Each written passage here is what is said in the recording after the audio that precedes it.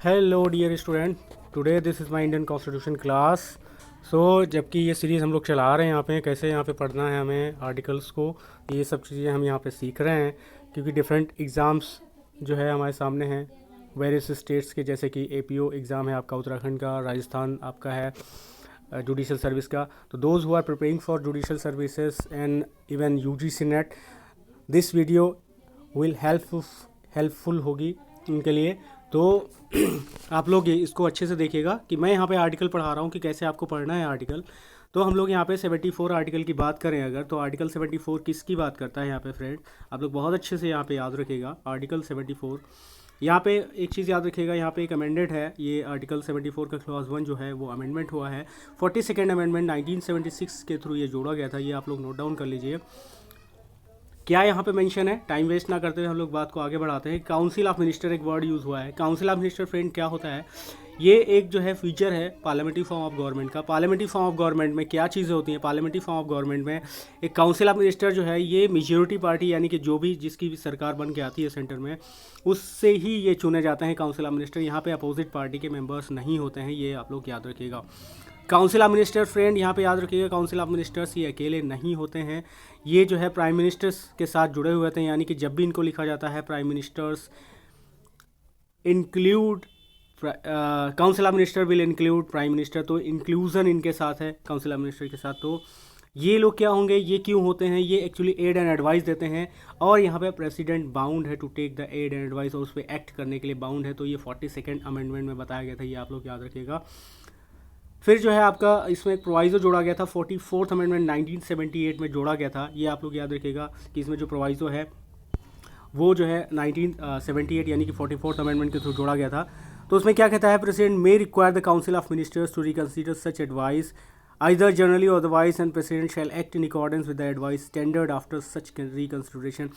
Reconsider करने के बाद भी वो जो है उस बाउंड है, यानी कि किसी भी हालत में वो जो है एडवाइस को इग्नोर नहीं कर सकता।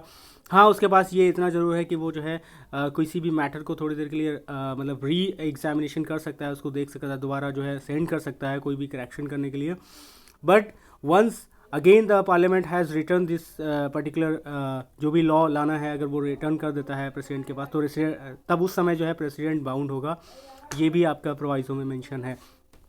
अगर हम क्लॉज 2 की बात करते हैं तो यहाँ पे क्या मेंशन है, the question whether any and if so what advice was tendered by minister to the president shall not be inquired into in any court। ये आपके लिए बहुत बहुत इंपॉर्टेंट आर्टिकल है, आर्टिकल 74 का क्लॉज 2। तो आर्टिकल 74 के क्लॉज 1 में कि प्रेसिडेंट जो है वो एड एंड एडवाइस, मतलब काउंसिल ऑफ मिनिस्टर होंगे, वो एड एंड एडवाइस देंगे प्रेसिडेंट को, और प्रेसिडेंट उस एडवाइस के लिए बाउंड है, उस एडवाइस पे एक्ट करने के लिए बाउंड है। ये आपका 42nd अमेंडमेंट के थ्रू आया था। रिकन्सिडरेशन की बात आए कि जो रिकन्सिडर क्या जो भी एडवाइस दी गई है मिनिस्टर्स के द्वारा, वो उसको रिकंसिडर करने के लिए भी बाउंड है, ये 44th अमेंडमेंट के थ्रू आया था।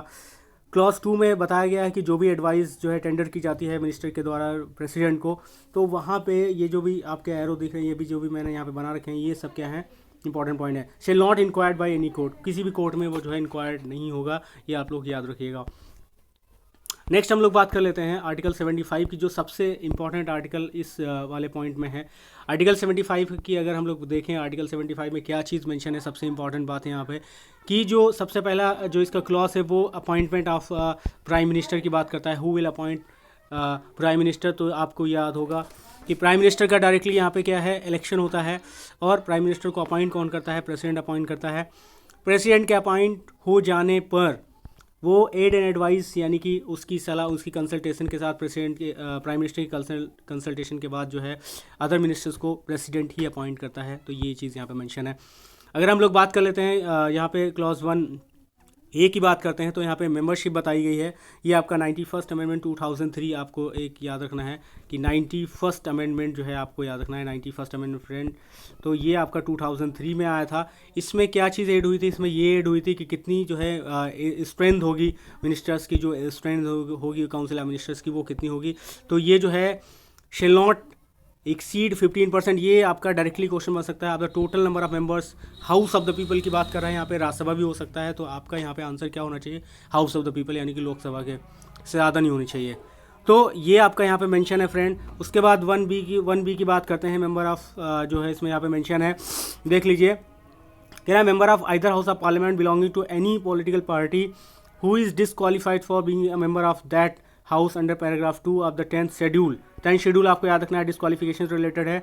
shall also be disqualified to be appointed as a minister under clause 1 for duration of a period commencing from the date of his disqualification till the date on which the term of his office as such member would expire or where he contest any election to either house of the parliament before the expiry of such period till the date on which he is declared elected which is earlier।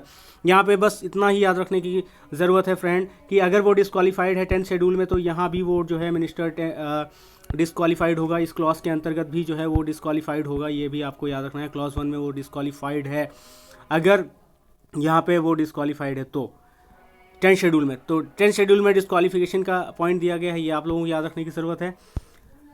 Clause 2 की बात कर लेते हैं। Minister shall hold office during a pleasure of a president. ये आपको याद रखना है कि प्लेजर पे कौन कौन सी पोस्ट हैं। एक तो अटॉर्नी जनरल आपका जो है ड्यूरिंग द प्लेजर ऑफ रहेगा, गवर्नर आपका ड्यूरिंग प्लेजर ऑफ प्रेसिडेंट रहता है, और सिमिलरली यहाँ मिनिस्टर भी जो है ड्यूरिंग प्लेजर ऑफ प्रेसिडेंट रहते हैं। ये आपको भी याद रखना है। ये सारे पॉइंट जो मैंने अभी बताया, गवर्नर हुआ आपका, जो अटॉर्नी जनरल हुआ, ये सारे जो है ऐसी पोस्ट हैं जो डॉक्ट्रिन ऑफ प्लेजर अप्लाई होता है इन पे, ये आप लोग याद रखिएगा।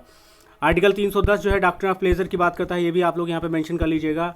आर्टिकल 310 जो है डॉक्ट्रिन ऑफ प्लेजर की बात करता है कि क्या है प्लेजर प्रेसिडेंट का, ये आपको याद रखना है। नेक्स्ट क्लॉज की हम लोग बात कर लेते हैं, क्लॉज 3 की बात कर लेते हैं। Council of minister shell collectively, बहुत इंपॉर्टेंट आर्टिकल है, responsible towards house of the people. ये एक वन ऑफ द फीचर है पार्लियामेंट्री फॉर्म ऑफ गवर्नमेंट का, ये भी आप लोग याद रखिएगा। तो 74 इंक्लूडेड 75, अगर ये दो आप पढ़ लेते हैं तो आपको पार्लियामेंट्री फीचर्स आपको पता चल जाएंगे कि क्या है पार्लियामेंट्री फीचर्स, आपको यहाँ से आराम से पता चल जाएगा। और यहाँ पे इंक्लूडेड एक तो आर्टिकल आपका 53 भी आपको पढ़ना है। 53, 74 एंड 75, ये 3 आर्टिकल आप अगर पढ़ेंगे तो आपको जो है फीचर्स के बारे में क्लियर हो जाएगा कि फीचर्स क्या होते हैं। उसके बाद बात कर लेते हैं हम लोग क्लॉज 4 की। वहाँ पे क्या चीज़ मेंशन है कि वो जो है before minister इंटर्स upon his office the president shell administer, उनको जो है ओथ कौन दिलाएगा, ओथ यहाँ पे दी गई है। तो ओथ का क्लॉज जो है यहाँ पे मिनिस्टर्स की ओथ का क्लॉज 4 मेंशन है, तो प्रेसिडेंट दिलाता है ऑफकोर्स, ये भी आपको याद रखना है। नेक्स्ट जो ओथ के बारे में कौन सा शेड्यूल बात करता है, तो 3rd शेड्यूल बात करता है। 10th शेड्यूल अभी मैंने बताया कि वो जो है आपका किससे बात करता है, डिस्क्वालिफिकेशन ऑफ मेंबर्स की बात करता है। और क्लॉज जो है 3rd शेड्यूल किसकी बात करता है, 3rd शेड्यूल बात करता है आपका oath and affirmation. 2nd schedule किसकी बात करता है, ये भी मैं यहाँ पे बता रहा हूँ आपको। 2nd शेड्यूल की बात करें तो 2nd शेड्यूल आपका जो बात करता है वो बात करता है आपका सैलरी एंड अलाउंसेस की बात करता है, तो ये भी आप लोग याद रखिएगा अच्छे से। 3rd, 1st ये हमने आपको 3rd एंड 2nd दो बता दिया, और उसके बाद 10th आपको बता दिया। उसके बाद इसका क्लॉज 5 अगर हम लोग रीड करें तो वहाँ पे क्या है, a minister who for any period of 6 consecutive month is not a member of either house of parliament shall at expiring period is cease to be minister. Suppose कोई भी मेंबर है, ये पूछ सकता है क्या वो पर्सन जो है किसी भी मेंबर ऑफ द हाउस का नहीं, अगर वो किसी भी हाउस का मेंबर नहीं है तब भी क्या वो जो है पोस्ट पे रह सकता है, तो वो कितने मंथ तक रह सकता है, 6 मंथ, ये आपका बस याद रखना है। 6 कंसेक्यूटिव मंथ तक वो रह सकता है। अगर उसको मेंबरशिप इस पीरियड में नहीं मिलती है तो अपने आप ही वो सीज हो जाएगी उसकी वो पोस्ट। 6 की बात कर लेते हैं, क्लॉज 6 की। Salaries and allowances of ministers shall be such as parliament may from time to time by law determine and until parliament so determines shall be as specified in the schedule 2nd schedule. तो salaries और allowances मैंने कहाँ पे बताया था, 2nd schedule में, तो आपको क्लॉज 6 यही बात करता है। तो फ्रेंड आई होप ये 2 आर्टिकल आपको 74 एंड 75 समझ में आए होंगे। अगर आप लोगों को ये वीडियो अच्छी लगी हो तो इसको लाइक करिए, शेयर करिए, सब्सक्राइब कर लीजिए चैनल को, और बेल आइकन प्रेस कर लीजिए ताकि आपको आने वाली नोटिफिकेशन मिलती रहे। Thank you for watching this video.